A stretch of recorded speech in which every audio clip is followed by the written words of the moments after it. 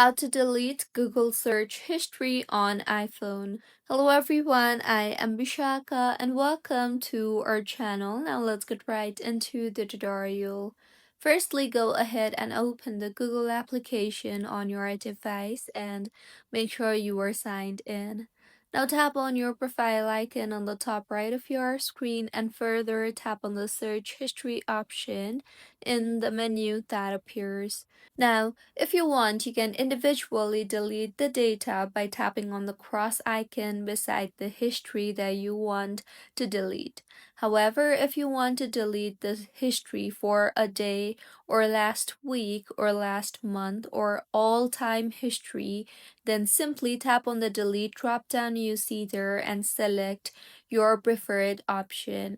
You can select delete today or delete custom range or delete all time, or you can also enable auto delete if you want. So select your preferred option. I will select delete all time option here, and with this, as you can see, all my history has been deleted. So this is how you can delete Google search history on iPhone. If you find this tutorial helpful, please like the video and do comment if you have any queries.